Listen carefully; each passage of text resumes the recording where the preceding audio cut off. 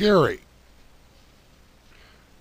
once again, I don't know how many times I can say it, and anybody that's been paying attention to the back and forth will see that I've asked specific questions, made specific points, that you completely fail when it comes to your response.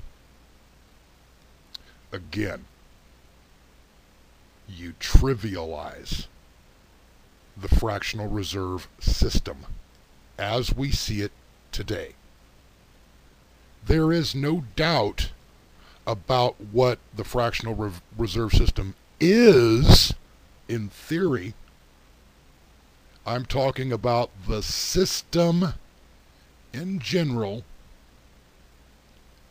but you need to get down to the reality of the causes and effects, especially the effects, behind the fractional reserve system. Let's take a trip back in time here for a second. For people that don't really know, I'm sure Gary does know about the gold standard that we once had, when gold and silver was actually used as a currency, and probably why it's not used as a currency today. Banks had first stepped in with the promise to keep these precious metals safe in their banks, in their bank vaults, and they in turn issued certificates. This certificate is redeemable for $10 in gold, thus you would have a $10 gold certificate.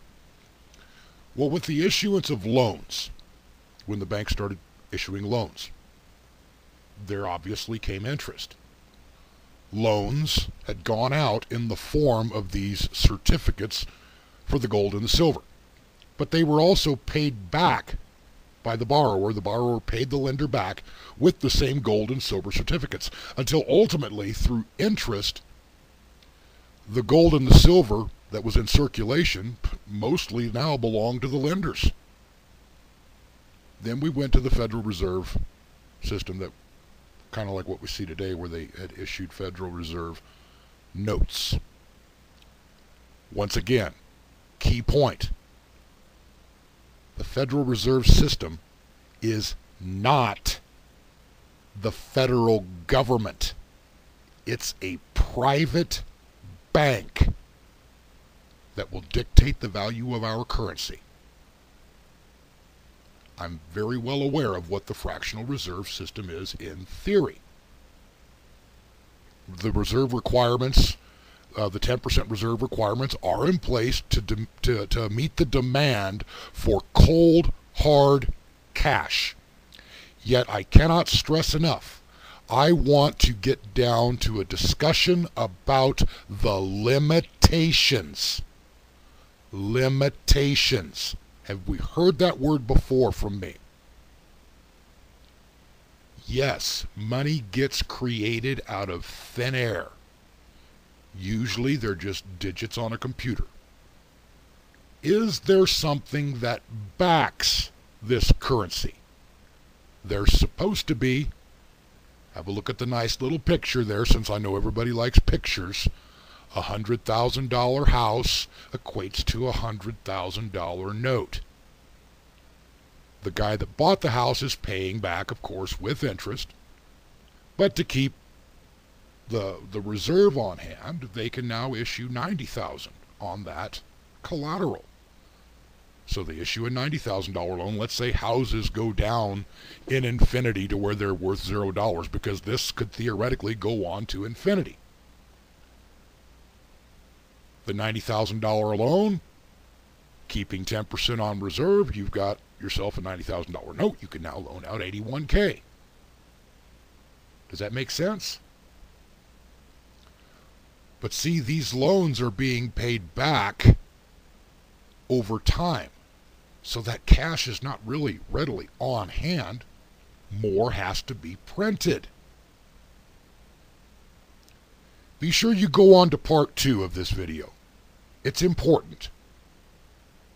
I'm going to give you another link just to a blog site where you can read what other people have to say about fractional reserve system. And yeah, there's both sides that are actually discussed in this particular blog site. Do people not believe that there's more money in circulation today than there was 50 years ago? Let's just go back in time 50 years. How much money was in circulation? And how about 10 years ago? And how about now? Well, that in and of itself is proof that new money simply got created. You've heard me briefly complain about middlemen, sort of as a prelude. But Gary, you refuse to first simply grasp the simplest of concepts. You had said in your last video that money should depreciate in value. Dude, that is harmful to an economy. That hurts the economy. When somebody has money, you say that it's to stimulate the economy, to get them to go out and spend. To do what? To invest in something? Oh yeah, sort of like the CDs that I used as a key example that pay less than the rate of inflation. Translation, you invest it, you lose it. Like I said, welcome to enslavement under capitalism. Everybody be sure to go on to part 2.